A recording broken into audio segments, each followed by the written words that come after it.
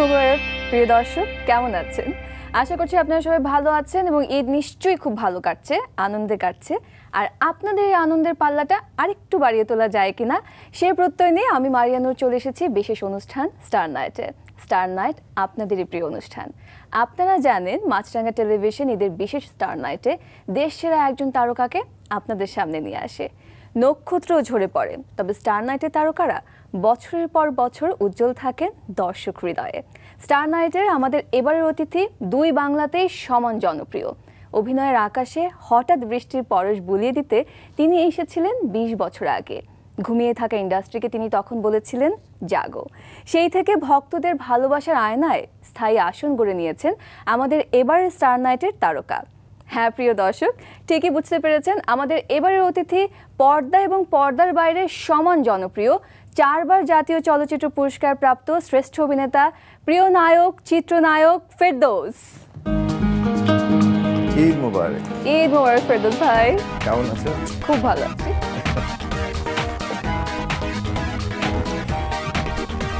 আসসালামু আলাইকুম ফেরদৌস ভাই।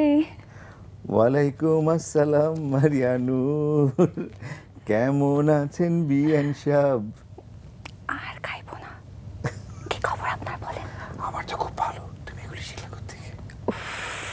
পুরোই মরে গেলাম একদম। আমি ভাবলাম ব্যাচেলর রিলিজ পাওয়ার পরে আপনার সাথে আপনার মেয়ে ভক্তরা ঠিক যেরকম করে ফিস ফিস করে কথা বলতে চাইতেন, আমি ঠিক সেরকম করে আপনার সাথে কথা বলবো, কিন্তু না, হবে না। তুমি ফিশ ফিশানি অন্য কারোর সঙ্গে অ্যাপ্লাই করতে পারো, কাজে দেবে। বুঝেছি, দুষ্টুমিতে আপনি আমার থেকে অনেক ধাপে গিয়ে, দুষ্টুমিতে আমি আপনার সাথে পারবো না, কিন্তু আমি হাল ছেড়ে দিব না আজকে। আমি আপনাকে আজকে চমক দেবার হাল ধরে বসে আছি। আপনাকে আজকে আমি অনেক অনেক চমকে দিব। আমি অলরেডি চমকে গেছি, আমি তোমাকে এই অ্যাটায়ারে দেখিয়ে চমকে গেছি। তোমাকে সচরাচর এরকম দেখা যায় না। আচ্ছা যাক, এটা ছিল একটা চমক, আরো চমক আছে। সেই চমকের এক ঝলকে আমরা শুরুতে একটা চমক দিব। আরো শুরুতেই চমক? শুরুতেই চমক, চলো চলেন দেখে নেই।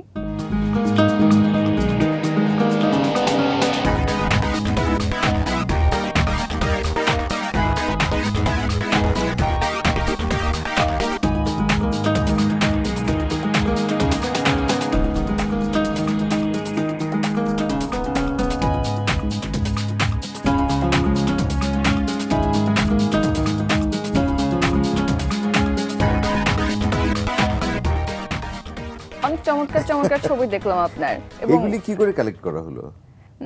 এই যে বললাম চমক, এগুলো বলাও যাবে না, এগুলো টপ সিক্রেট থাকবে, টপ সিক্রেট। আচ্ছা ধরুন, সাংবাদিকতার জায়গা থেকে যদি নিজে নায়ক ফেরদৌসকে কোনো প্রশ্ন করার সুযোগ পেতেন, তাহলে কি প্রশ্ন করতেন? কঠিন প্রশ্ন। আমি জিজ্ঞেস করতাম যে চিত্রনায়ক ফেরদৌস, আপনি তো জার্নালিজমে মাস্টার্স করেছেন, আপনি কেন সাংবাদিক হলেন না? তো কখনো মনে হয় না যে সাংবাদিকতাটা কেন করলাম না? আমার কাছে খুব কঠিন আর খুব ভীষণ মানে একটা দায়িত্বশীল কাজ মনে হয়, তো এই জন্য কখনো আমি এটাকে মিস করি না। বাট আমি এরকম মাঝে মাঝে লুকিয়ে লুকিয়ে ছোটোখাটো সাংবাদিকতা করি। মানে যেমন আমি একটু ভ্রমণ কাহিনী লিখি, আমি একটা বইও লিখেছি, আরেকটা বই প্রায় শেষ পর্যায়ে আছে। এমনি আমার লিখতে ভালো লাগে, আমার নিজের অভিজ্ঞতা, নিজের বিভিন্ন সময় ঘটে যাওয়া ঘটনাগুলো আমি টুকে রাখি। বাট প্রফেশনালি আমার কখনো করতে ইচ্ছা হয়নি। প্রফেশনালি আমার কাছে মনে হয়েছে অনেক অনেক বড় একটা দায়িত্ব, অনেক কঠিন একটা কাজ, এটা আমি পারবো না। আপনি তো শুধুমাত্র সড়ক পথে চলতে পারেন সেটা না, আকাশ পথেও চলতে পারেন। হ্যাঁ, বিমান চালানোও শিখেছেন আপনি, আমরা জানি। তো সেটা কেন করলেন না? সেটা মাঝপথে ছেড়ে দিলাম। আসলে আমি ফ্লাইং শিখছিলাম ফ্লাইং ক্লাবে, আর ফ্লাইং ক্লাবে একটা সিনেমা শুটিং হচ্ছিল অনেক দিন আগে, ওমর সানির মৌসুমী, ওরা অ্যাক্টিং করছিল একটা ফিল্মে, দোলা নামের সিনেমা। তো সেই সিনেমার শুটিং ইউনিটের সঙ্গে দেখে তারা আমাকে অনেক কনভিন্স করে ফেললো। ডিরেক্টর ছিলেন দিলীপ সোম, উনি আমাকে বললো যে তুমি তো এখানে কি করছো, তুমি তো সিনেমা করা উচিত। তো বাস আমার মাথার মধ্যে একটু ঢুকে গেল। তো এইভাবে আমি প্রতিনিয়ত বিভিন্ন সেক্টরে যেতাম এবং একটু একটু করে এরকম ভাইবস পেতাম। তারপর আস্তে আস্তে মনে হলো যে না, আমার আসলে ওটাই আমার জায়গা, আমি ওখানেই যাই। সো সব ছেড়ে এখানে চলে এলাম, সেজন্য ফ্লাইংটা কমপ্লিট করা হয়নি। বাট আমি ভালো করছিলাম, ভালো হচ্ছিল সব কিছু মিলে। সো এখন আর দরকার নেই, বিকজ আমার ঘরেই তো বৈমানিক আছে। না, আমরা এখন আপনাকে এখানেই চাই। আপনার নামটা নিয়ে আমার অনেক বেশি কৌতূহল, কে রেখেছিল এই নামটা ফেরদৌস? আমার দাদা। ওকে, আমার দাদা রেখেছিল। দাদা আমার দাদির একটাই ছোট ভাই ছিল বোধহয়, তো তার ধারণা ছিল যে তার ভাই খুব সুন্দর দেখতে। এরপর আমি যখন হলাম তখন তার মনে হলো তার নাতি আরো বেশি ভালো দেখতে, এই জন্য বেহেশতে যাতে সহজে চলে যেতে পারে জান্নাতের সঙ্গে মিলে জান্নাতুল ফেরদৌস থেকে আমার নাম রেখেছিল। আপনি আমাদের কাছে হিরো, দ্য সুপারস্টার। আপনি কি নিজেকে সুপারস্টার মনে করেন? না, কখনোই না। ওকে। বিকজ আমি ভিতর থেকে সবসময় আমি আমার নিজেকেই মনে করি যে আমি ফেরদৌস। আমি আমার জন্ম ঢাকা ক্যান্টনমেন্টে, এখানে আমি বড় হয়েছি। এই আমার সারাউন্ডিংস, আমার ফ্যামিলি, আমার ফ্রেন্ডস, বাট ওরকমই একজন। যখন আমি ক্যামেরার সামনে যাই তখন আমি একটা অন্য মানুষ হওয়ার চেষ্টা করি, বিকজ আমি অন্য একজনের ভূমিকায় যখন অভিনয়টা করি তখন আমি মনে প্রাণে ওই মানুষটাকে ধারণ করার চেষ্টা করি। আপনি আমাদের সবার কাছে অবশ্যই অনেক জনপ্রিয় তারকা, কিন্তু আপনার মায়ের কাছে সেই ছোট্ট ফেরদৌস এখনো ডেফিনেটলি সব মায়ের কাছে তার সন্তানরা সবসময় ছোট থাকে। এবং একটা গল্প জানি আপনার মা একবার আপনাকে তার জীবন বাজি রেখে বাঁচিয়েছিলেন। হ্যাঁ, অনেক ছোটবেলা আমরা যেখানটাতে থাকতাম ওখানে একটা পুকুর ছিল বাসার সামনে, অনেক বড়। সো আমরা কেউ সাঁতার জানতাম না, কিন্তু আমরা ওই বিকেল হলে একটা নৌকা করে সবাই, মানে পাড়ার সব বন্ধুরা একসাথে নেমে যেতাম। তো একবার আমি আমার বোন সহ আমরা গেলাম এবং মাঝখানে নৌকাটা ডুবে গেল। ও সরি, আমি একটু সাঁতার জানতাম। আচ্ছা। আমি সাঁতরে পারে অলমোস্ট হাফ চলে এসে মনে পড়লো আমার বোনের কথা। ততক্ষণে দেখে আম্মা শাড়ি পরেই পানিতে নেমে গেছে, and she came, she rescued both of us. আপনার 5 স্টার নামে একটা গ্রুপ রয়েছে, সেই 5 স্টারের খবর কি? তুমি তো সবই জানো, আমার মনে হয় আমাকে ইন্টারভিউ না করে যদি তুমি বলে দিতে বসে বসে। না না, আমি তো হচ্ছে কি শুধু করে কথা বলো, ছোট করে বলে দিচ্ছি, গল্পটা আপনার কাছে থেকে। আমার মনে হয় আচ্ছা 5 স্টার হচ্ছে কি, আমরা একদম স্কুলের অনেকগুলো ফ্রেন্ডের মাঝখান থেকে আমরা এই 5 জন, মানে একসাথে থেকেও আমাদের আলাদা একটা গ্রুপ ছিল আর কি, এখনো আছে। আজকেও মানে till today we are there, every moment we are connected. So আমি, আসিফ, জয়, সাজ্জাদ, নাভিদ, এই হচ্ছে আমার 5 স্টার গ্রুপের। নাজমা আপা, লিপি আপা, তাদেরকে মিস করেন? না, মিস আজকাল কি হয় তোমার সোশ্যাল মিডিয়ার কারণে সবাই ওয়েল কানেক্টেড, তো সবাইকে খুঁজে পেয়ে গেছি, সবাই এখন জীবনের অবিচ্ছেদ্য অংশ হয়ে গেছে। আমি কিন্তু আপনার অনেক গোপন কথা জানি। আর কি গোপন কথা, এত সব হয়ে গেছে তো। আরো অনেক গোপন কথা, যেমন আপনি নাকি ঘর জামাই মুভিটা দেখতে গিয়ে কার কোলে বসে পড়েছিলেন, বলেন তো শুনি। আমার যে ক্যান্টনমেন্টে আমার বাসার সামনে একটা সিনেমা হল ছিল, গ্যারিসন সিনেমা হল। সো আমাদের সবচেয়ে বড় এন্টারটেনমেন্ট ছিল সিনেমা দেখা। তো কখনো যদি এরকম আমি সিনেমা হলে ঢুকেছি আর সিনেমা শুরু হয়ে গেছে, আমার মাথা খারাপ হয়ে যায় যে আমি তো গল্পটাই বুঝবো না। তো এরকম ঘর জামাই দেখতে কিনা, হ্যাঁ ঘর জামাই বোঝায়, দেখতে গিয়ে দেখে শুরু হয়ে গেছে, ওদিকে তাকিয়ে গিয়ে কারো কোলে বসে পড়েছিলাম। আপনার সাথে কথা বলছি আর বারবার মনে হচ্ছে যে বড় পর্দার ফেরদৌসের সাথে আমি মিলাচ্ছি। বড় পর্দার ফেরদৌস আর ব্যক্তি ফেরদৌস আসলেই কি এক, সেটা আমরা জানবো, কিন্তু তার আগে আপনার অভিনীত চলচ্চিত্রের কিছু অংশ একটু দেখে নেব। চলো। একদিন স্বপ্নের দিন, বেদনার বর্ণবিহীন, এ জীবনে যেন আসে এমনই স্বপ্নের দিন। কাঁদছেন কেন? আপনার কি, আপনি নিজের কাজ করুন। আমরা দুজনে 2-3 ঘন্টা ধরে ঘুরছি, আপনি কাকে খুঁজছেন আমায় বলুন না, আমি আপনাকে নিয়ে যাব। এটা আপনার অনধিকার চর্চা। আমার সাথে যুদ্ধের কি সম্পর্ক? তোমার আমার ভালোবাসার যে সম্পর্ক, তার জন্য চাই একটা স্বাধীন দেশ, একটা স্বাধীন মানচিত্র।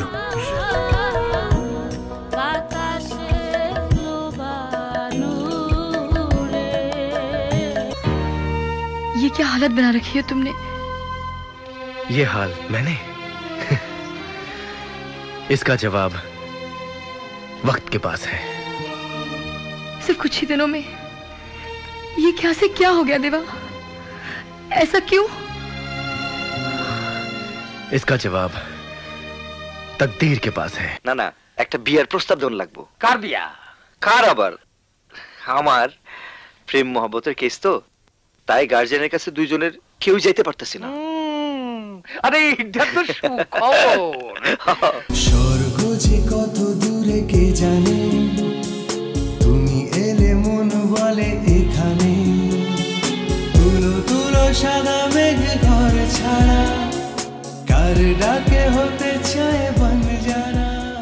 আমার পাঞ্জাবের একদম 12টা বাজিয়ে দিয়েছে।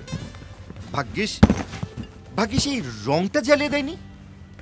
এত করে বললাম দিও না, আরে দিও নাই নতুন পাঞ্জাবিটা। ওই স্টুপিডটাকে এটার মর্যাদা বোঝে? যত সব অশিক্ষিতর দল। চান্স পাইলেই খালি শ্বশুরবাড়ির নিন্দা না? শ্বশুরবাড়ির নিন্দা করলাম বুঝি? আমি বরং কাল বিকেল আপনার বাড়ি চলে আসি, এক কাপ চা খেতে। এক কাপ চা রোকে কিয়ামত, এক কাপ চা আশায় আমরণ, এক কাপ চা প্রেম খোঁজে গান, এক কাপ চা পৃথিবীটা কান। ওলট পালট মগজ এখন, রং বদলায় যখন তখন। আপনার অভিনীত অনেকগুলো ফিল্মের কিছু অংশ আমরা দেখে নিলাম। ফেরদৌস ভাই, সরাসরি একটা প্রশ্ন করি, আপনি কোন ক্ষেত্রে অন্যদের থেকে আলাদা? আমি ফেরদৌস, এটাই তো আলাদা।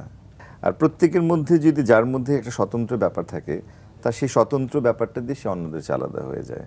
তো আমি মানে বরাবরই চেষ্টা করেছি যে একটু আলাদা হতে, সে ভালো হোক খারাপ হোক, বাট আই এম ডিফারেন্ট। আপনাকে কখনো পেশাগত জীবনে স্ট্রাগল করতে হয়েছে? শুরুতে খুব একটা করতে হয়নি, বাট শুরুর পরে আসলে মুশকিল হয়ে গেছে আমার। এই মানে একদম শুরুর ছবি যেহেতু হঠাৎ বৃষ্টি, সো হঠাৎ বৃষ্টিকে ওভারকাম করার জন্য মাঝখানে অনেক স্ট্রাগল করতে হয়েছে। বিকজ প্রত্যেকেই কম্পেয়ার করতো, আবার কবে একটা হঠাৎ বৃষ্টি পাবো, আবার কবে ওটা থেকে বেটার ছবি পাবো। ওয়েল, সব তারকারা কিন্তু উপস্থাপনায় সফল হতে পারে না, কিন্তু আপনি কিন্তু একজন চমৎকার উপস্থাপকও। টিপস দেন একটু। আমার মনে হয় আমি তো বেসিক্যালি খুব লাজুক, আমি লজ্জা পাই। আমি লোকের সামনে কথা বলতে আমাকে যদি কিছু একটা আড্ডার মধ্যে বলে একটা কিছু করে দেখান, আমি খুব নার্ভাস হয়ে যাই। এখনো মঞ্চে উঠে দর্শকদের রিয়াকশন দেখে আসলে সামথিং হ্যাপেন, তখন একটু কেমনি যেন একটু ভালোই হয়ে যায় আর কি। আপনার সম্পর্কে আরো একটা গোপন তথ্য দিয়েছি। সর্বনাশ, বলো। গোপন তথ্য ফাঁস করবো, কিন্তু তার আগে একটা বিরতি নিচ্ছি। ভিউয়ার্স, একটা বিরতি নিচ্ছি এবং বিরতির পরে কিন্তু গোপন তথ্য ফাঁস করতে যাচ্ছি, সো কোথাও যাবেন না।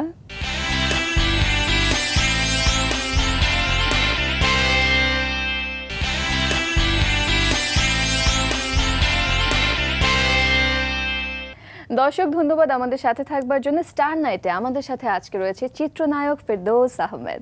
ফেরদৌস ভাই, গোপন তথ্যটাকে ফাঁস করবো, এখন করে দেই? হ্যাঁ, আমি জানি তুমি করেই দিবে, তো সেটাই করেই দাও। আপনার ডাকনাম নাকি ফেদু?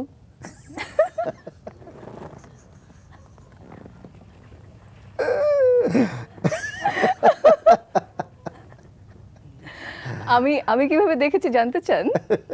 চলুন দেখে নেই। ফেরদৌসের সাথে আমার বন্ধুত্ব প্রায় 30 বছরের বেশি, ক্লাস 7 থেকে। এবং আস্তে আস্তে তো সেই বন্ধুত্ব অনেক, এতদিন আমরা অনেক দূর এসেছি। পরবর্তীতে আমি চলে যাই, আমার জগৎ হয়ে যায় মেডিকেল কলেজ, ডেন্টাল কলেজে আমি পড়াশোনা করি। ফেরদৌস চলে যায় ইউনিভার্সিটিতে জার্নালিজম পড়তে, এবং সেখান থেকেই তার সেই সময় তার মডেলিংয়ে যাওয়া পিবি রাসেলের প্রোডাকশন হাউসে। এবং মডেলিংয়ের পরে তার প্রথম যেটা হয় সেটা হলো তার সিনেমাতে হঠাৎ করে চলে যাওয়া। এবং সেটাও হয়েছিল একটা অদ্ভুত ঘটনা, যেখানে আন্টি তাকে সিনেমা করতে দিতে চাচ্ছিলেন না। তো তখন ফেরদৌস আমাকে বললো যে তুই চল, তুই বললে আম্মা দিবে করতে, আমি একটা ছবিই করব, তারপর আর করব না। তো গেলাম, অনেক হাত পা ধরে আন্টিকে রাজি করালাম, এবং তখন সে প্রথম ছবিটা করলো বুকের ভিতর আগুন। এবং এরপরে যেটা হলো, এবং হঠাৎ বৃষ্টিতে অভিনয়ের পর এবং তারপরে সিনেমা রিলিজের পর যা হলো তা তো সবাই জানে, এটা ইতিহাস সৃষ্টিকারী একটা ব্যাপার। আমাদের বন্ধুদের কাছে তার ডাকনাম হচ্ছে ফেদু, এটা। আর বাসায় বোধহয় আন্টি ওকে বাবুই ডাকেন বা এরকম, কিন্তু আমরা ফেদু ডাকি। আমাদের খুব ক্লোজ যারা, শুধু তারাই এই নামটুকু জানে। একটা জিনিস আমি বলতে চাই যে সে যে কীরকম বন্ধু অন্তপ্রাণ, সেটা আমি একবার অসুস্থ ছিলাম, হসপিটালে ভর্তি, এবং সে প্রতিদিন আসতো। বিশেষ করে দুপুরবেলা লাঞ্চের সময় সে এসে আমাকে নিজের হাতে, খুবই অসুস্থ ছিলাম আমি তখন, নিজের হাতে খাইয়ে দিত। এবং এটা আমি কখনোই ভুলবো না, যে আসলে এই বন্ধুত্ব কত গাঢ় হলে এরকম করতে পারে একজন বন্ধু আরেকজনের জন্য। Thank you. যাই হোক, আসিফ অনেক সুন্দর কথা বললো। আমাদের আসিফ কত হ্যান্ডসাম দেখতে। হ্যাঁ, ও কিন্তু ও নায়ক হতে চেয়েছিল, যাই হোক ওর গল্পটা পরে ফাঁস করব। আমার শুধু নামটা না বললেই হতো, otherwise everything was fine. Asif হচ্ছে আমাদের স্কুলের ফার্স্ট বয় ছিল, সবসময় বরাবর ফার্স্ট হতো। Is a very good student. So মানে I am also very proud of him because he is a very good dentist. আমার দাঁতের যে কোনো সমস্যা হলে ওর কাছে চলে যাই। দাঁতে তো সুন্দরভাবে রহস্য আছে। রহস্য হচ্ছে আসিফ সারাক্ষণ টিপস দিতে থাকে দাঁতের। সো এরকম আমার নানান ক্ষেত্রে বন্ধুরা আছে যারা সার্বক্ষণিকভাবে আমাকে সহযোগিতা করে যায়। আবির আমার একজন ফিল্ম ডিরেক্টর ফ্রেন্ড, সেও আমাকে একটা ছবি ডিরেক্ট করছে, আমাদের পোস্টমাস্টার 71 আমার প্রোডাকশনের এই নতুন ছবিটা। সো আমার এই বন্ধুরা অলওয়েজ আছে, থাকবে, এদেরকে নিয়েই বেঁচে থাকবো আর কি। সবই বুঝলাম, কিন্তু আপনি যে সব নায়কের হিংসাপাত্র, এটা কি আপনি জানেন? কেন? কারণ সব নায়িকারা আপনার বান্ধবী, মৌসুমী, পপি, শাবনূর, মানে সবাই আপনার বন্ধু, পূর্ণিমা, এবং মানে এইটা কিন্তু খুবই হিংসার ব্যাপার। নায়িকারা এত ভালো বন্ধু আপনার কিভাবে? আমাদেরকে গোপন রহস্যটা বলেন। I am very clear to my friends. আমি কোনো রাগঢাক করি না, আমি সবার সাথেই আমার মতো করেই মিশি, যে এর সাথে পক্ষপাতিত্ব করে ওর বেশি ভালো চাওয়া, ওর খারাপ চাওয়া, আমি কখনো কারো খারাপ চাই না। আমার মনে হয় যে মানুষ সবার মঙ্গল কামনা করে তার সাথে তো কারোর খারাপ সম্পর্ক হতে পারে না। So that's why they are all my friends. আর আমি কখনো আপনার মামা হয়, তাই না? মানে আমি আজকে বুঝতেই পারছি যে অনুষ্ঠান এটা পুরোটা থাকে না একটু রেপিড ফায়ার, এটা পুরোটাই ফায়ারের উপরে আছে, একদম পুরো অনর্গল গোলাগুলি বর্ষণ করে যাচ্ছে আজকে, তাই তো দেখছি। হ্যাঁ, রিয়াজ মামা আমার মামা হয়, আমার বোর্ড থ্রুতে আমার মামা হয়। সো সেই হিসাবে দেখা যাচ্ছে যে রিয়াজ হঠাৎ করে আমরা যখন বিয়ের পরে আবিষ্কার করলাম যে মামা হয়, তো তারপর থেকে আমাদের মামা ভাগ্নে সম্পর্ক। ওয়েল, মৌসুমীর সঙ্গে আপনার অসংখ্য চলচ্চিত্র আছে। তার পরিচালিত ছবির নায়ক আপনি, আপনার প্রযোজিত ছবির নায়িকা মৌসুমী, এবং আপনি বলছিলেন যে দোলা ছবির কথা, মৌসুমী এবং অমর সানি, সেখানে আপনি দামি শট দিয়েছিলেন। আমি তখন ফ্লাইং ক্লাবে প্লেন চালাতাম, আর ওই সিনেমাতে ছিল যে সানি ভাই পাইলট, তো সে তো আর ফ্লাই করতে পারবে না, তো আমার হাতের শটগুলি মানে সবগুলোই ফিল্মে ছিল। সো মানে তখন আমরা আপনার হাত প্রথম দেখেছি, তখন আমার হাত দিয়ে এন্ট্রি চলচ্চিত্রে, হাত ওভার দ্য শোল্ডার, একটু চুল মাথার এই সাইড দিয়ে, সেগুলি করে দেখলাম ইন্টারেস্টিং লাগলো আর কি। তারপর তো বাকি ঘটনা তো বললাম। সো তখন থেকে আসলে সানি ভাইদের সাথে আমার একটা ফ্যামিলি রিলেশন। ইনফ্যাক্ট আমাকে প্রথম ব্রেক দেওয়ার কথা ছিল সোহানুর রহমান সোহানের। সোহান ভাই আমাকে একবার সিলেক্ট করার পর আমাকে মৌসুমীর বাসায় নিয়ে যায়, তখন আমি শুরু করিনি। সোহান ভাই মৌসুমীর বাসায় নিয়ে যায়, আমার ইরিনের একটা সিনেমা হওয়ার কথা ছিল ইরিনের সাথে। তো তখন থেকেই মৌসুমীদের সাথে আমার রিলেশন, এটা এখন পর্যন্ত অটুট আছে। আপনাকে এখন আরো একটা সারপ্রাইজ দেব। এটাই শেষ সারপ্রাইজ, তারপর আমরা শুভরাত্রি। আজকে তো সারপ্রাইজ আর সারপ্রাইজ শুরুতেই বলে নিয়েছি, দিয়ে দিই, চলো লেটস ওয়াচ ইট। আমাদের চলচ্চিত্রে ফেরদৌস এই নামটি এখন একটি ব্র্যান্ড। ফেরদৌস একাধারে একজন ভালো অভিনেতা, একজন ভালো মনের মানুষ, একজন অসাধারণ বাবা, স্বামী, এবং সর্বোপরি আমার একটি পারিবারিক সম্পর্কে সে হয় মামা। অবশ্য সে না, ওর ওয়াইফ আমার ভাগ্নি হয়, সেই সূত্রে ফেরদৌসের মামা শ্বশুর আমি। যাই হোক, we have a very close relationship. এবং সবচেয়ে মজার ব্যাপার হচ্ছে, আমি যখন অসুস্থ হয়ে কাইন্ড অফ খুব বাজে একটা অবস্থায় চলে যাচ্ছিলাম, তখন ফার্স্ট ফেরদৌস এসে আমাকে ধাক্কা দিয়ে ওঠায় যে মামা ওঠ, এবং সে প্রথম রিয়েলাইজ করে যে আই এম ভেরি সিক এবং আমাকে হাসপাতালে এভাকুয়েট করা দরকার। মামা, থ্যাংক ইউ সো মাচ। এবং আমি আশা করি যে ফেরদৌসের মতো এরকম ভালো ব্যাকগ্রাউন্ডের এডুকেটেড ছেলেপেলে যদি আমাদের মিডিয়াতে আরও 2-4 জন থাকতো, তাহলে আজকে হয়তো আমাদের এই অবস্থা হতো না, আমরা আরও ভালো কিছু করতে পারতাম। যাই হোক, আমি ফেরদৌসের উত্তরোত্তর সমৃদ্ধি কামনা করি, সুখী জীবন কামনা করি, এবং আশা করি সে 4টি নয় 40টি ন্যাশনাল অ্যাওয়ার্ড পাক। ফেরদৌস আমার খুবই ভালো একজন পছন্দের আর্টিস্ট, ভালো একজন বন্ধু, ভালো একজন কলিগ।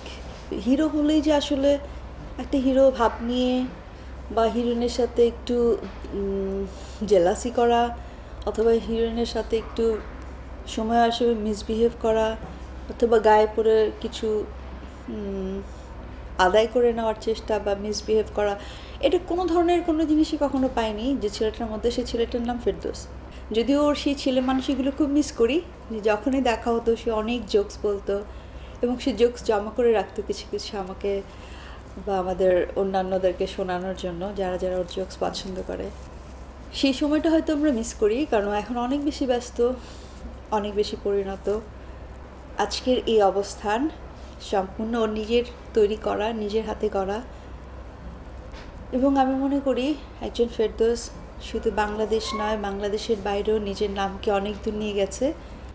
হাই ফেরদৌস, কেমন আছো? অবশ্যই ভালো থাকো, আমার দোয়া তোমার প্রতি। আর তুমি একটা অনেক লক্ষ্মী একটা ছেলে, অনেক ভালো একটি ছেলে।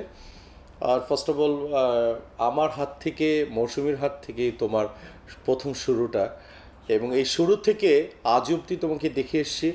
ইটস রিয়েলি তুমি খুব পার্সোনালিটি সম্পন্ন একটি ছেলে, সাংসারিক একটি ছেলে, এবং অন্যান্য আর্টিস্টরা যে ধরনের জায়গায় অবস্থান করে সেখান থেকে তুমি অনেক রিয়েলি সোবার।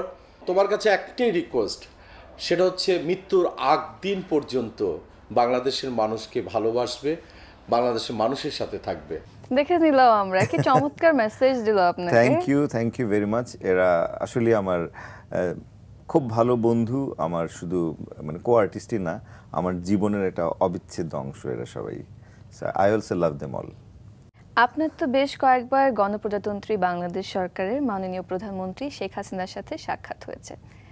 এই অভিজ্ঞতা প্রসঙ্গ সম্পর্কে একটু শুনতে চাই। ওটা যে মানে ওনার সামনে গেলে কেন যেন কিরকম একটা আবেগ আপ্লুত হয়ে পড়ি, মানে কোনো কথা ঠিক বেরোয় না। মন্ত্রমুগ্ধের মতো একটা ক্ষমতা আছে তার মধ্যে, মানে মানে অসম্ভব একটা সম্মোহনী ক্ষমতা আছে তার দিকে তাকালে মনে হয়। যতবারই দেখা হয়েছে আমি অবাক হয়ে তাকিয়ে থাকি যে এরকম একজন মানুষ, স্বাভাবিক সাধারণ একজন মানুষকে অসাধারণভাবে আমাদের দেশকে এতদিন ধরে পরিচালনা করছে। আমি মুগ্ধ তার কাছে। বলিউড অভিনেত্রী ঐশ্বরিয়া রায় বচ্চন, তার সাথে আপনার চোখের বালিতে অভিনয় করার কথা ছিল, এমনকি রানী মুখার্জির সাথেও আপনার অভিনয়ের কথা ছিল। তাদের সাথে কাজ হয়নি, কিন্তু বলিউডে আপনি চলচ্চিত্র করেছেন, গর্ব হয়? হ্যাঁ, আমার খুব গর্ব হয়, because I was the first Bangladeshi যে একজন প্রপার একটা বলিউড হিন্দি ফিল্ম করেছে। তো সেই জন্য আমি সেইটার নিয়ে আমি একটু প্রাউড ফিল করি, কারণ আমার মনে হয় ফার্স্ট ফুড স্টেপটা আমি রেখেছি। এরপর যেই যাবে আমার সেই রাস্তা দিয়ে যেতে পারবে, সেই পথটা আমি তৈরি করে দিয়ে এসেছি। এই জন্য ভালো লাগে যে এত দূর থেকে অন্য একটা দেশ থেকে গিয়ে বলিউডের মতো জায়গায় গিয়ে একটা প্রপার হিন্দি ছবি করা। So that was really great. আপনি আমাদের বাংলাদেশের একমাত্র অভিনেতা যিনি কবিগুরু রবীন্দ্রনাথ ঠাকুর থেকে শুরু করে কাজী নজরুল ইসলাম, সৈয়দ শামসুল হক, হুমায়ুন আহমেদ, এমনকি আমাদের এই প্রজন্মের আনিসুল হক, তাদের গল্প কিংবা চিত্রনাট্যের উপর নির্মিত যে চলচ্চিত্র হয়েছে তাতে আপনি অভিনয় করেছেন। সাহিত্যভিত্তিক চলচ্চিত্রের প্রতি আপনার একটা দুর্বলতা আছে, এ থেকে বোঝা যায়। সেই দুর্বলতার কারণ কি? আমি প্রচুর বই পড়ি। আমি প্রচুর বই আগে তো অনেক বেশি পড়তাম। আমি যখন স্কুলে ছিলাম তখন আমি প্রতি বছর সারা বছরের ঈদি থেকে শুরু করে যতটুকু টাকা পেতাম সব জমিয়ে রাখতাম 21শে ফেব্রুয়ারিতে বই কেনার জন্য। সো আমার একটা দ্যাটস মাই বিগেস্ট কালেকশন, যে প্রচুর বই কেনা। তো প্রতি বই মেলায় গিয়ে আমি প্রচুর বই কিনে নিয়ে আসতাম এবং বই পড়তাম। আর এই যে বই পড়ে যেটা হয়েছে, এই চরিত্রগুলো আমি নিজের মধ্যে ধারণ করা শুরু করি। তারপর যখন নাকি রিয়েল লাইফে অ্যাক্টিং করা শুরু করলাম, তখন আমি জানতাম না যে আমি অ্যাক্টর হব। তো রিয়েল লাইফে যখন শুরু করলাম এবং এই চরিত্রগুলোর অফার এলো, আমি তখন এগুলি এক একটা লুফে নিতাম আর কি। বাট আমার খুব ভালো লাগে সাহিত্য নিয়ে কাজ করতে। আমি ভবিষ্যতেও যদি সম্ভব হয় আরও সাহিত্য নিয়ে কাজ করতে চাই। ফেরদৌস ভাই, আপনাকে আরো একটা সারপ্রাইজ দেব। আমার মনে হয় অনেক সারপ্রাইজ হয়ে গেছে। না, এটা শেষ সারপ্রাইজ। ঠিক তো? একদম শেষ সারপ্রাইজ। বলুন তো কি? ঈদি, অনেক বছর ঈদি পাই না। ঈদি তো আজকে আমি আপনার কাছ থেকে রেখে দিব। বল, সারপ্রাইজটা দিব, কিন্তু তার আগে আরো একটা বিরতি। ভিউয়ার্স, খুবই ছোট্ট একটা বিরতি, আর আপনারা নিশ্চয়ই সারপ্রাইজটা মিস করতে চান না, আমাদের সাথেই থাকবেন।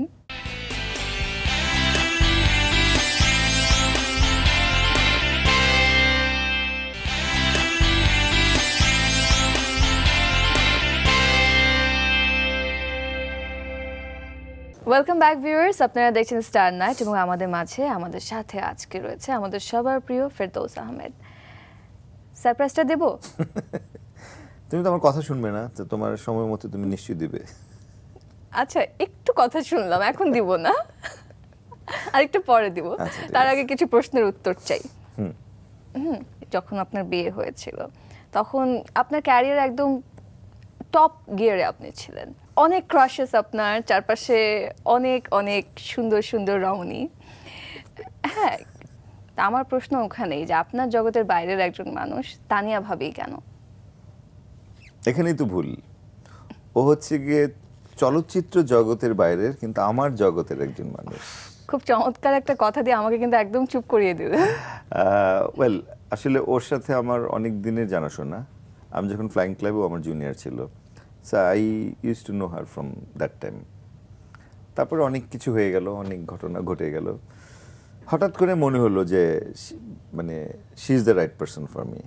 আপনি থাকেন বাংলাদেশ কলকাতার ছুটোছুটির মধ্যে, ভাবিও আকাশে ওড়াউড়ি করেন, তো এর মাঝেও যে এই যে একযুগ সংসার হয়ে গেল, কিভাবে মেনটেন করেন? এই যে গ্যাপে গ্যাপে মানে আমরা দুজনের কাজের অবসরটাকে একসাথে কাটাই। সো আমার বন্ধুরা বলে তো যে আমরা হলিডে করতে দেশের বাইরে যাই, বিভিন্ন জায়গায় হোটেলে যাই, 5 স্টার হোটেলে। আর ফেরদৌসদের হলিডে হচ্ছে কি ওদের বেডরুম, হলিডে হচ্ছে ওর বাড়ি। So it's like that. ও আসে কাজ শেষ করে, আমি আসি কাজ শেষ করে, দেন যেই সময়টা আমরা একসাথে পাই সেটাকে আমরা সুন্দর করে স্পেন্ড করার চেষ্টা করি, এবং আমরা দুজন সেভাবেই করি বলি এখন পর্যন্ত আল্লাহর রহমতে সেরকম কোনো ঝামেলা হয় না। সারপ্রাইজ দিব বলেছিলাম, সারপ্রাইজের কথা শুনলেই না আপনার এক্সপ্রেশনটা দেখতে আমার খুব ভালো লাগছে। আসিফ আমাকে ডুবিয়ে দিয়ে গেছে, বলো এরপর আর কি সারপ্রাইজ আমি জানি না। না না, এবার মনে হয় না কেউ ডুবাবে, এবার মনে হয় আপনি ডুব থেকে উঠে আসবেন। আমি একটু দেখে নেই সারপ্রাইজটা। চলো চলুন।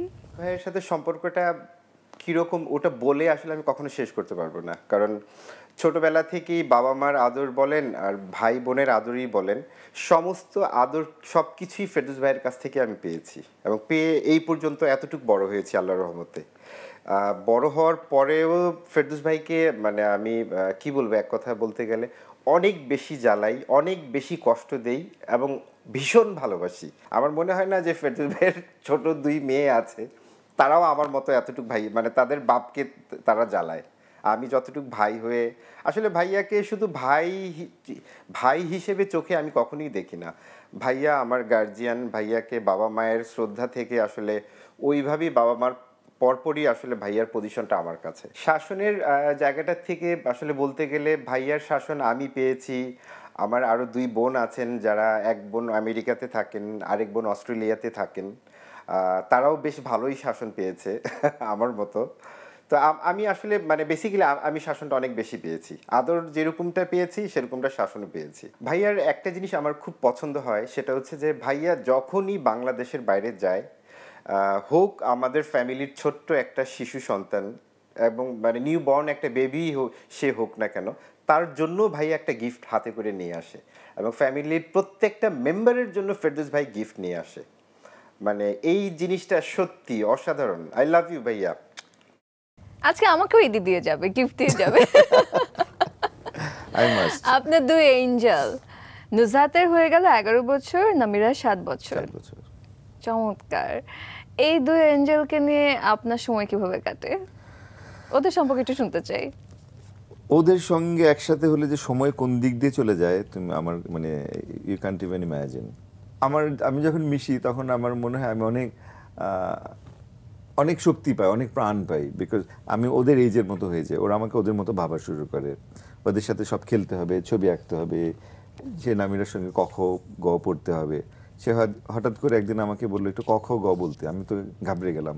এখন আবার জিজ্ঞেস করো না, ক খ গ কিন্তু আমরা অনেকেই বলতে পারি না পুরোটা, চন্দ্রবিন্দু পর্যন্ত একদম। আচ্ছা ঠিক আছে, থাক, বাদ দিয়ে আজকে। ওটা একটা কঠিন পরীক্ষা। তো এইগুলি নিয়ে তারপর কোনটাতে এ পেলো, কোনটাতে বি পেলো, এসব নিয়ে আমাদের দারুণ সময় কেটে যায়। Then you watch cartoons. So আমাদের অনেক কিছু আছে, অনেক ব্যাপার স্যাপার আছে যেগুলি নিয়ে আমরা we can enjoy our moments. এবং সকাল দুপুর গড়িয়ে রাত হয়ে গভীর রাত হয়ে যায় আমরা আড্ডা মারতে Definitely they are angel in your life. Definitely. They are the best at the moment. They are best part of my life. Definitely. আপনি আপনার নিজের সমালোচনা কিভাবে নেন? প্রথমে একটু খারাপ লাগে, প্রথমে একটু কষ্ট হয়, ডেফিনেটলি কষ্ট হয়। তারপর আমি স্পোর্টিলি নেওয়ার চেষ্টা করি, বিকজ আমি নিজেও তো জানি আমার খুঁতগুলি তো আমি দেখি। আমি যখন আমার একটা পুরনো সিনেমা দেখি, আমার মনে হয় যে যদি টাইম মেশিনে চড়ে আবার ওখানে চলে যেতে পারতাম, আবার যদি শুরু থেকে শুরু করতে পারতাম, আমার মনে হয় অনেক ভালো হতো। যদি এখন আপনাকে বলি আপনার নিজের সমালোচনা করতে, আপনার গুণের কথা আমরা সবাই জানি, দোষের পাল্লার দিকে যদি যাই, তাহলে আপনি নিজের সমালোচনা করলে কি বলবেন? আমার মনে হয় আমার অ্যাক্টিং আরো ভালো করা উচিত। অ্যাক্টিং এর জায়গা থেকে আমার কাছে মনে হয় আমি এখনো সব চরিত্রের জন্য স্বতঃস্ফূর্ত না, স্বতঃস্ফূর্তভাবে আমি সব ক্যারেক্টারগুলি প্লে করতে পারি না। তো সেগুলিতে আমার মনে হয় আরও স্বতঃস্ফূর্ত হওয়া উচিত। কিছু কিছু সিনেমার চরিত্রের একটু ডিপে যাওয়া উচিত। তারপর স্বাস্থ্য সচেতন হওয়া উচিত। এখন হচ্ছে গিয়ে মানে ফিজিক দেখানোর যুগ সময়। সো আমার মনে হয় আমার উচিত ছিল গত কয়েক বছর একটু সিক্স প্যাক টেক করে একটা নতুন আবতারে আসা, সেটা করতে পারি নাই। অনেক কিছুতে আরো বেশি সচেতন হওয়া উচিত আর কি। নিন্দুকেরা বলে একটা কথা রয়েছে যে আপনি ওপার বাংলায় সময় দিতে গিয়ে দেশীয় ছবি থেকে একটু বিরতিও নিতে হয়েছে, সে কারণে একটু পিছিয়ে পড়া। আবার ওপার বাংলার সফলতা কতটুকু হয়েছে আপনার কাছে কি মনে হয়? আমার কাছে আসলে আমি আমার ভালো লাগা দিয়ে চলি আমার জীবনে। আমার যে সিনেমা করতে ভালো লাগে আমি সেই সিনেমাটা করি। I don't want to regret. দুই একটা ছোট ছোট ফিল্মের রিগ্রেশন ছাড়া আমি কোনো রিগ্রেট করতে চাই না। সো আমি বাংলাদেশে যখন মনে হয়েছে এই ফিল্মটা আমার করা উচিত না, ওই অ্যাট দ্য সেম টাইম যদি কলকাতা থেকে একটা অফার পেতাম, ওই ডেট টাইম ওখানে দিয়ে দিতাম। সো আমি সেখানে কাজ করেছি। আর আমি কোথায় কতটুকু সফল এটা তো দর্শকরা ভালো করে জানে। এবার কিন্তু একটা মজার অপ্রিয় প্রশ্ন করব। নায়িকা শাবনূরের সাথে আপনার প্রেমের গুঞ্জন একটা রয়েছে, এটা কতটুকু সত্যি? গুঞ্জন তো গুঞ্জনই, গুঞ্জন তো আমরা সবসময় শুনতেই থাকি, চারিদিকে নানান ধরনের গুঞ্জন। তো সব গুঞ্জন কি সত্যি হলে তো সত্যি হয়েই যেত। ওর সাথে আমার খুব ভালো বন্ধুত্ব, still she is a very good friend of mine. আমরা একসাথে প্রচুর সিনেমা করেছি, অনেক রোমান্টিক ফিল্ম, ফ্যামিলি ড্রামা, অনেক সিনেমা আমরা একসাথে করেছি। এবং ওর সাথে আমার স্ক্রিন কেমিস্ট্রি অসাধারণ। সো স্ক্রিন কেমিস্ট্রি যখন অসাধারণ হয় তখন মানুষ ভাবতে শুরু করে এদের একটা হয়তো বাস্তব জীবনে একটা পেয়ারিং আছে, but that's not at all true. এবার একটু অন্য প্রসঙ্গে যাব। তারকা হিসেবে অনেকের সাথে সেলফি তুলতে হয়, আলাদা করে আসলে চেনা পসিবল না যে কে কার সাথে সেলফি তুলছি। উগ্রবাদী জঙ্গির সাথে একটি সেলফি নিয়ে সামাজিক যোগাযোগ মাধ্যমে খুব সমালোচনা হয়েছে, এই নিয়ে আপনার মন্তব্য কি? এটা নিয়ে মন্তব্য দর্শকরাই করে দিয়েছিল আসলে দ্যাট টাইম। এটা নিয়ে আমার মনে হয় আর নতুন করে আলোচনার কিছু নেই, বিকজ পুরো প্রশ্নের উত্তরটা তোমার প্রশ্নের মধ্যেই ছিল যে আমাদের প্রত্যেক আমাকে যেরকম তুলতে হয় তোমাকেও তুলতে হয়, আমরা কজনকে চিনি। সো মানুষকে যদি আর জেনে শুনে কাউকে যদি বলি না সেলফি তুলবো না, he or she will be so upset. So আমি তো consciously I can't do that, because আমি জানি যে আমি একটা পাবলিক ফিগার। সো লোকেদের এতটুকু থাকবি আবদার, সো সে আবদার রাখতেই হবে। কখন কার সাথে সেলফি তুলছি এটা তো মানে আমাদের কারোই ইসের মধ্যে পড়ে না, এখতিয়ারের মধ্যে। True, definitely. ফেরদৌস ভাই, অনেক কথা জানলাম, কিন্তু তারপরেও এখন মনে হচ্ছে অনেক কিছু জানার বাকি। প্রিয় দর্শক, একটা বিরতি নিচ্ছি, বিরতির পরে র্যাপিড ফায়ার রাউন্ড আপনারা ডেফিনেটলি মিস করতে চান না, আমাদের সাথেই থাকবেন।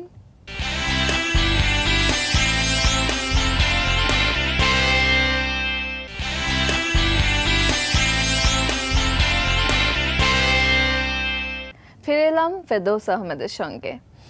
বলছিলাম র্যাপিড ফায়ার রাউন্ড। আমি একদম প্রস্তুত তোমার সঙ্গে। হ্যাঁ, আমি বুঝতে পারছি, উঠে বসেছেন তো আপনি। আর তুমি কি জিজ্ঞেস করতে পারো আমি দেখতে চাই। ঠিক আছে, দেখিয়ে দিচ্ছি, দেখিয়ে দিচ্ছি। আমি দেখে নেব শয়তান। ওকে, তাহলে আমরা প্রথম প্রশ্ন করি। আমরা সবাই ফেরদৌসের ভক্ত, ফেরদৌস কার ভক্ত? উত্তম কুমার, রাজ্জাক। তরুণ ফেরদৌসের প্রথম সেলিব্রিটি ক্রাশ কে ছিল? ববিতা, সুচিত্রা সেন। আপনাকে নিয়ে সবচেয়ে ভ্রান্ত ধারণা কোনটি? আমি নায়িকাদের সঙ্গে প্রেম করি। নিজের অভিনীত কাজের মধ্যে কোন কাজটি নিয়ে আপনি সবচেয়ে বেশি গর্বিত? সে ঘুরে ফিরে হঠাৎ বৃষ্টির কথাই আসে, but being the first or second film I am quite proud of that, but আমার মনে হয় এখনো গর্ব করার মতো সেই কাজটি আমার আসেনি। যে কাজটি করে আপনি অনুতপ্ত? আমি কিছু কিছু সিনেমা না করে মাঝে মাঝে অনুতপ্ত হই, আদারওয়াইজ আমি রিগ্রেট করি না। দেশের যে নায়িকার সঙ্গে কাজ না করার আফসোস রয়ে যাবে? ববিতাপুর এগেইনস্টে হিরো হতে পারেনি, সেই আফসোসটা থেকে যাবে। সেলিব্রিটি ক্রাশ ছিল তো। কোন জুটি পর্দায় বেশি জনপ্রিয়, মৌসুমী ফেরদৌস নাকি শাবনূর ফেরদৌস? একটু কঠিন না ব্যাপারটা? বেশ কঠিন। মনে হয় ফেরদৌস শাবনূর। কোন জুটি দেখতে বেশি মানানসই, মৌসুমী ফেরদৌস নাকি মৌসুমী ওমর সানি? মৌসুমী ফেরদৌস। আই হোপ ওমর ভাই দেখছেন। প্রিয় জুটি কোনটি, শাবনূর ফেরদৌস, শাবনূর রিয়াজ নাকি শাবনূর সালমান শাহ? শাবনূর সালমান। আপনার স্ত্রীর কাছে আপনাকে পর্দায় কার সঙ্গে বেশি মানায়? ও ভীষণ সমালোচক, ও সেভাবে কখনো খালি সে আমাকেই দেখে, আমার পাশের নায়িকাকে দেখে না, আর আমার দোষ ত্রুটি খুঁজে বের করে। হঠাৎ বৃষ্টি নাকি ব্যাচেলার? ব্যাচেলার। এক কাপ চা নাকি খায়রুন সুন্দরী? এক কাপ চা। আপনার জীবনের সবচেয়ে বড় আফসোস? ওই যে সিক্স প্যাক করতে পারলাম না। ওকে। যে খাবার দেখলে ডায়েট ভুলে যান? আমি তো কখনোই ডায়েট করি না।